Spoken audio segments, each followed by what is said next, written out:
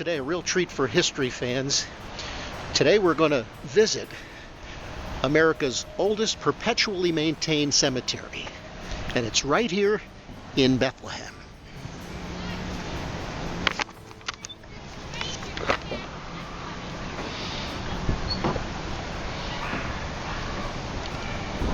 One of the rules of God's Acre was that the requirement that men, women, and children be buried in the divisions of the community that were established by Count Zinzendorf.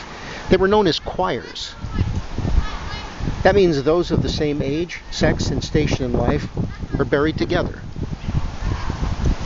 No one in the little Moravian community of Bethlehem knew much about Johann Muller.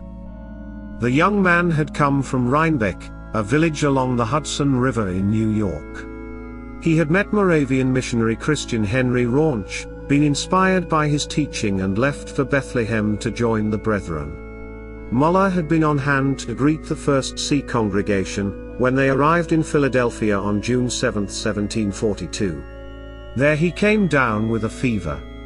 He died June 26, 1742, in Bethlehem. Muller's death required the Moravians to make a decision on a community burial ground. Church founder Count Nicholas von Zinzendorf walked out to the woods northeast of the Gemeinhaus to find a location. God's Acre, or the community cemetery, was consecrated during Muller's funeral on June 27, 1742. Bethlehem has undergone much change in the past 2.5 centuries, but God's Acre, the oldest perpetually maintained cemetery in the country, retains its place. The stones have always been placed on top the graves. The only major change that has been made to the cemetery, which is composed of 3.17 acres, in the 20th century occurred in 1921, when the trustees of the Bethlehem congregation decided to remove the burial mounds to better maintain the cemetery. Perhaps the best known interments are the Indians. In August 1746, smallpox took a heavy toll on the converted Indians that inhabited Friedenschutten, or huts of peace, located where Bethlehem's city hall is today. The unmarried male Indians that died from this illness are buried in row 8. The most significant death took place on August 27, 1746.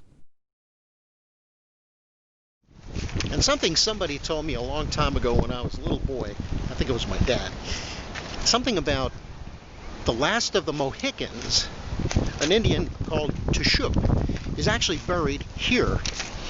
Now, of course, Tushuk was the hero in John Fenimore Cooper's famous story. So this question I have is, where exactly is the last of the Mohicans? Is he actually buried here? Let's see if we can find out.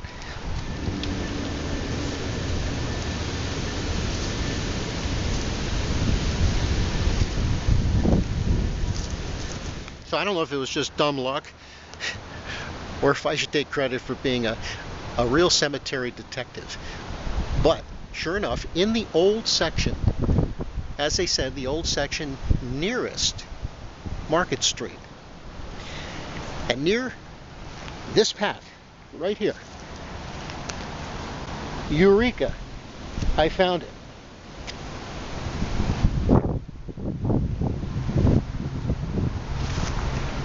And this is what it's come to. During a pandemic, the weather is cold, and a guy who likes to golf can't golf, I'm checking out old burial grounds.